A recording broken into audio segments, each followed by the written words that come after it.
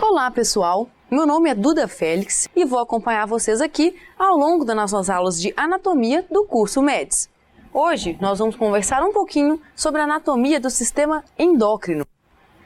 Bom galera, a primeira coisa que a gente precisa saber é que o sistema endócrino é composto por glândulas. Porém, existem dois tipos diferentes de glândulas. Existem as chamadas glândulas endócrinas e as glândulas exócrinas. As glândulas endócrinas, como o próprio nome diz, endo, liberam sua secreção dentro da corrente sanguínea. Justamente por isso, elas não precisam de ductos que levem a sua secreção até o local de eliminação. Elas são liberadas diretamente na corrente sanguínea, no sangue. Já as glândulas exócrinas, como o próprio nome diz, exo, externo, liberam sua secreção para o meio externo ou para o interior de cavidades corporais. E justamente por isso elas precisam possuir ductos que drenem essa secreção até o local correto. Bom, o sistema endócrino, obviamente, será composto somente pelas glândulas endócrinas, então é a elas que nós vamos dar um destaque maior, um enfoque maior nessa nossa aula. Então, o sistema endócrino é composto pelas glândulas endócrinas, que normalmente são de pequeno volume, são realmente órgãos bem pequenininhos e localizados em regiões esparsas no organismo. Diferente dos demais sistemas que nós estudamos, o sistema endócrino ele não apresenta uma unidade anatômica, uma conexão estrutural. Seus órgãos estão totalmente esparsos, disseminados pelo organismo e justamente por isso o estudo anatômico fica um pouco mais complexo. Hoje nós vamos descrever as principais glândulas que compõem o sistema endócrino, sua localização anatômica, mas como vocês vão ver, essas localizações não vão estar correlacionadas entre si. Se elas estão assim tão distantes, por que a gente considera tudo isso um único sistema? Porque do ponto de vista funcional, fisiológico, essas glândulas têm funções complementares umas às outras e com isso acabam funcionando como um único sistema, apesar de terem localizações tão distintas. Bom, a primeira glândula que nós vamos comentar é a glândula tireoide. A glândula tireoide, galera, se localiza aqui no pescoço, no plano mediano, abrangendo a traqueia e a porção distal aqui da laringe. Então, seria mais ou menos essa a localização da nossa glândula tireoide. Fica bem próximo aqui a cartilagem cricoide da laringe. A glândula tireoide, ela produz dois hormônios, os chamados T3 e T4, triiodotironina e tetraiodotironina. Esses hormônios, galera, vocês vão estudar mais a fundo nas nossas aulas de fisiologia, mas eles são responsáveis por estimular o metabolismo corporal. Por isso, galera, que as pessoas que têm uma condição clínica denominada hipotireoidismo, ou seja, hipo mais fraco, têm um funcionamento mais fraco da glândula tireoide e, por isso, um metabolismo mais lento. Isso faz com que essas pessoas tenham uma tendência maior ao ganho de peso. Já no hipertireoidismo, onde essa glândula funciona em excesso, ocorre o contrário. Há uma tendência maior à perda de peso, a uma agitação, a pessoa parece estar elétrica o tempo todo, tem uma certa característica de exoftalmia, os olhos ficam um pouco mais expostos, ocorre maior aceleração do batimento cardíaco, então tudo isso vai ser influenciado por esses hormônios tireoidianos que interferem no metabolismo corporal. Sobre a anatomia da glândula tireoide em si, é uma glândula que possui dois lobos, um lobo direito e um lobo esquerdo. E unindo esses dois lobos, nós temos o chamado istmo da tireoide. No entanto, podem existir algumas variações anatômicas. Aqui do istmo pode surgir um terceiro lobo da tireoide, no plano mediano, que nós chamamos de lobo piramidal. Por que esse lobo pode estar presente, galera? A glândula tireoide, curiosamente, lá na embriologia, na vida fetal, ela surge atrás da língua, na cavidade oral. Obviamente, ela não deve continuar até lá após o nascimento. Em torno de 7 a 10 semanas de gestação, dentro da barriga da mãe, a tireoide já ocupa sua posição normal aqui no pescoço, em frente à traqueia e à laringe, como nós vimos. Porém, para que ocorra essa descida até a posição anatômica normal, existe um ducto que conecta a tireoide, a língua até o local de destino da tireoide. Esse ducto que liga a tireoide até a língua, que foi o seu local de origem, é chamado ducto tireoglosso, já que tudo em anatomia que se refere à língua, a gente chama de glosso. Esse ducto tireoglosso, porém, portanto, une a região posterior da língua até essa região final aqui de localização da tireoide e pode ficar aqui um resquíciozinho de tecido tireoidiano que migrou. Esse resquício da linha mediana pode se acumular nessa região e dar origem a esse lobo extra da glândula tireoide, chamado lobo piramidal. Além disso, pessoal, na parte posterior, a parte de trás da glândula tireoide, nós temos as chamadas glândulas paratireoides. São esses 4 pontinhos, bem pequenininhos, localizados medialmente na parte posterior da tireoide. E aí o que acontece? Essas 4 glândulazinhas produzem um hormônio chamado paratormônio, que é responsável pela manutenção da calcemia, ou seja, manter os níveis adequados de cálcio no sangue. Em geral, o paratormônio atua elevando o nível de cálcio no sangue. Curiosamente, galera, a glândula tireoide possui um terceiro hormônio que é chamado calcitonina, que faz o efeito oposto. A calcitonina retira cálcio do sangue para depositar nos ossos e fortalecer a estrutura óssea. Já o paratormônio, o hormônio das paratireoides, faz o contrário. Aumenta o cálcio no sangue e um dos mecanismos para isso é justamente retirando dos ossos. Existem também outros mecanismos, como por exemplo aumentar a absorção renal desse íon. Porém, galera, esse aqui não vai ser o nosso enfoque, ok? O nosso enfoque aqui é justamente estudar a anatomia, a localização anatômica dessas glândulas. Bom, pessoal, as paratireoides se localizam em cima da glândula tireoide. Com isso, qual pode ser uma consequência? Pacientes que apresentem tumores da tireoide e podem necessitar de uma tireoidectomia, ou seja, cirurgia da retirada da tireoide, acabam perdendo junto as glândulas paratireoides que estão ali em cima. Com isso, eles perdem esse hormônio paratormônio e os níveis de cálcio no sangue caem. Com isso, ocorrem alguns sintomas como, por exemplo, câimbras musculares, que são justamente sintomas do baixo nível de cálcio no sangue, um efeito colateral comum da cirurgia de retirada da tireoide. Bom, galera, outra glândula importante no sistema endócrino são as glândulas suprarrenais. Elas também são chamadas de glândulas adrenais e, como o próprio nome diz, suprarrenais, elas se localizam bilateralmente sobre o polo superior dos rins, ou seja, ficam em cima dos rins, ok? Elas são divididas anatomicamente numa medula, que é a parte do meio, e num córtex, que é a parte superficial. A medula da adrenal, galera, produz adrenalina. Daí o nome, né? Adrenal, adrenalina. Imagino que todos vocês já devam ter ouvido falar desse hormônio adrenalina. É um hormônio que nos deixa agitados, prontos para a reação chamada de fuga ou luta. Ou seja, numa situação de estresse, uma situação de medo, a adrenalina aumenta e disponibiliza energia para o corpo. Lutar ou fugir, dependendo da nossa decisão. Quais vão ser as modificações que esse hormônio vai causar no organismo?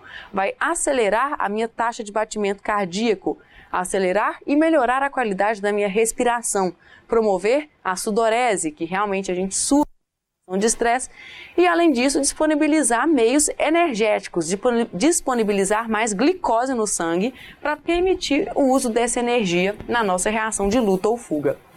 Já o córtex da adrenal, galera, produz vários hormônios.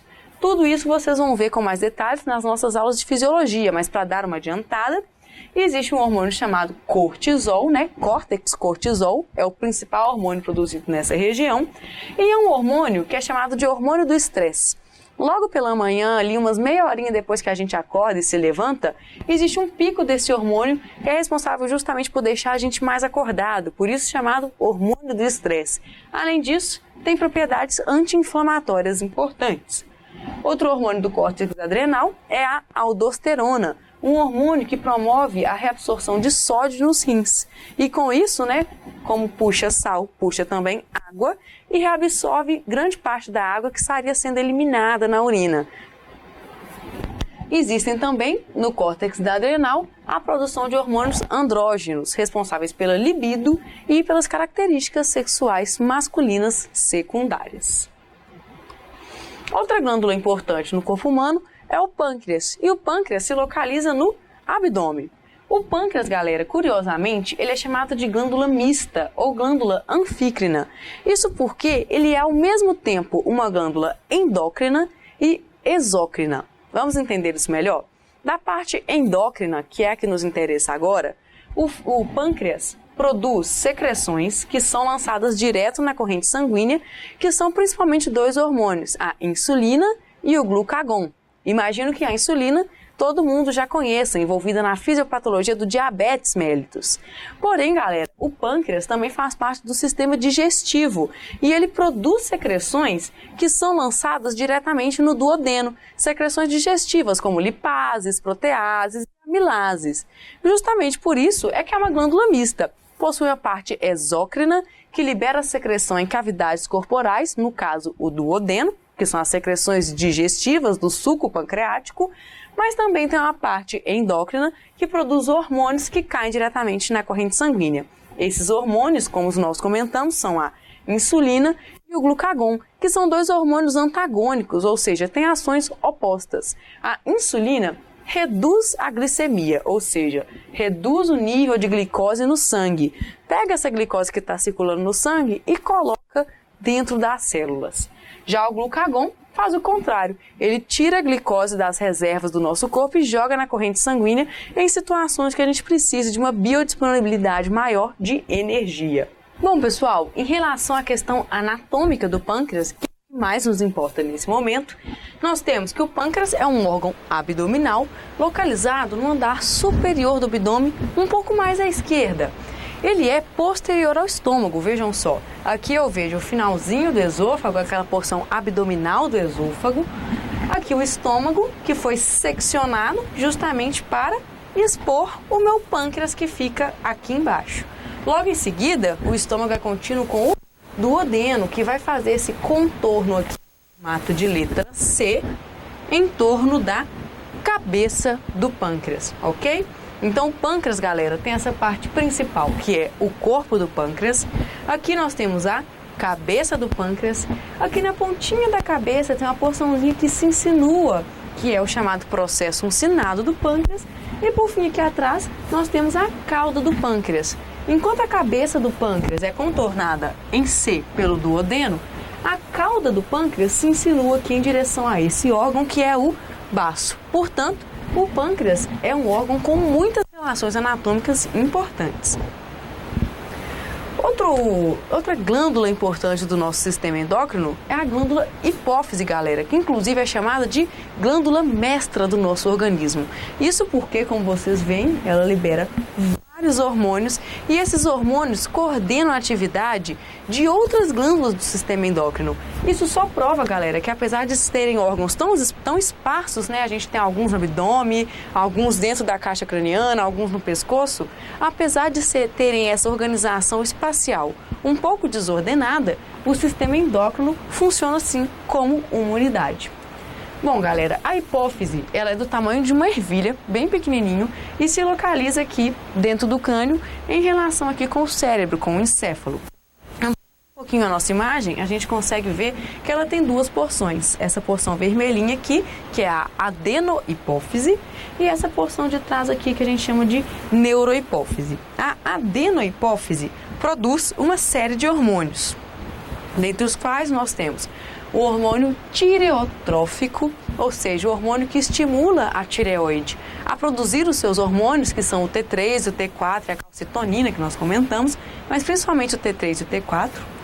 O hormônio adrenocorticotrófico, olha o nome, adrenocorticotrófico, estimula o córtex da adrenal, ok? Temos a prolactina, que é um hormônio responsável pela produção do leite. Os hormônios gonadotróficos, que estimulam as gônadas. O que são as gônadas? São os órgãos sexuais que produzem as células germinativas, o óvulo e o espermatozoide. Esses órgãos são, na mulher, os ovários e no homem, os testículos. E nós temos dois principais hormônios gonadotróficos, o FSH, hormônio folículo estimulante, e o LH, hormônio luteinizante. Podem ficar tranquilos que esses dois hormônios são bem complexos e a ação deles vai ser melhor compreendida nas aulas de fisiologia. Temos também aqui da região da adenohipófise o hormônio somatotrófico, famoso GH, que é o hormônio do crescimento, aquele hormônio que atua nas placas epifisárias dos ossos longos, estimulando o crescimento ósseo e, portanto, todo o crescimento corporal. Além disso, galera, a gente tem 2 hormônios da neurohipófise, então são 5 hormônios da adenohipófise, se a gente juntar os gonadotróficos como uma única categoria, 2 hormônios da neurohipófise. A diferença é que esses 2 hormônios da neurohipófise são produzidos, na verdade, no hipotálamo, uma região do encéfalo que produz esses hormônios e eles são somente armazenados aqui na neurohipófise. Esses 2 hormônios são a ocitocina, que atua na ejeção do leite, ou seja, a prolactina aqui da adenohipófise estimula a produção do leite. Já a ocitocina estimula a ejeção do leite. E a ocitocina, galera, é um hormônio muito relacionado ao prazer. Por exemplo, na relação mãe e filho, existe um vínculo muito forte que é estabelecido através do aleitamento materno. Esse vínculo, ele leva à liberação de ocitocina no corpo da mãe e justamente a ocitocina leva à ejeção do leite. Por isso, o bom contato, a criação de um vínculo importante da mãe com seu bebê é um fator muito importante no sucesso do aleitamento materno. Além disso, galera, a ocitocina dispara contrações uterinas responsáveis pelo trabalho de parto. No parto normal induzido, muitas vezes é necessário administrar ocitocina, além de outras substâncias no corpo da mãe. O segundo hormônio que é armazenado na neurohipófise é o famoso ADH, hormônio antidiurético. Como o próprio nome diz, antidiurético é um hormônio que reduz a diurese, ele reabsorve a água que está sendo eliminada lá nos rins para que ela não vá embora junto com a urina e a gente tem um aproveitamento melhor de água, um menor risco de desidratação. Todos vocês já viram um pouquinho o que acontece quando esse hormônio é inibido, porque ele é inibido por uma substância que todo mundo conhece, o álcool. O álcool inibe o nosso hormônio ADH e justamente por isso, quando a gente consome aquelas quantidades um pouquinho acima do normal, começa aquela questão de eliminar a urina o tempo todo e uma urina mais clara. É justamente devido à inibição desse hormônio. A localização anatômica da hipófise, né, galera, que é o que mais nos interessa nesse momento. Ela se localiza na célula turca do osso esfenoidal.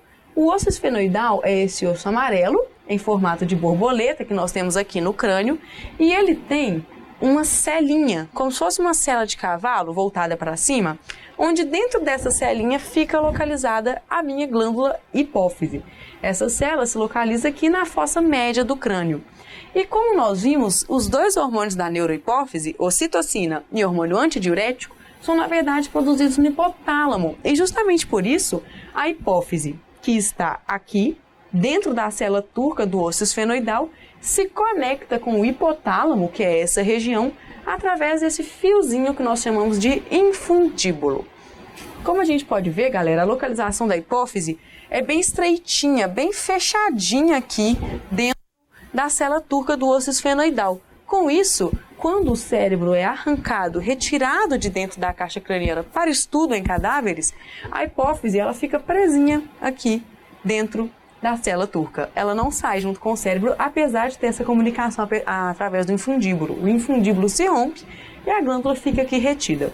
Além disso, a gente pode ver que o seio esfenoidal fica logo aqui anterior à glândula hipófise. E isso permite que, no caso de um tumor de hipófise, por exemplo, possa ser feita uma abordagem através do nariz, que chegue aqui através do seio esfenoidal e opere a hipófise por aqui, e evita ter que fazer uma cirurgia muito invasiva em que se tenha que abrir a caixa craniana e vir abrindo caminho em meio ao cérebro para chegar aqui nessa região que tem um acesso cirúrgico muito difícil.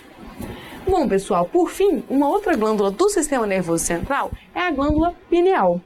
Ela é essa pontinha aqui, que se localiza logo abaixo do esplênio do corpo caloso.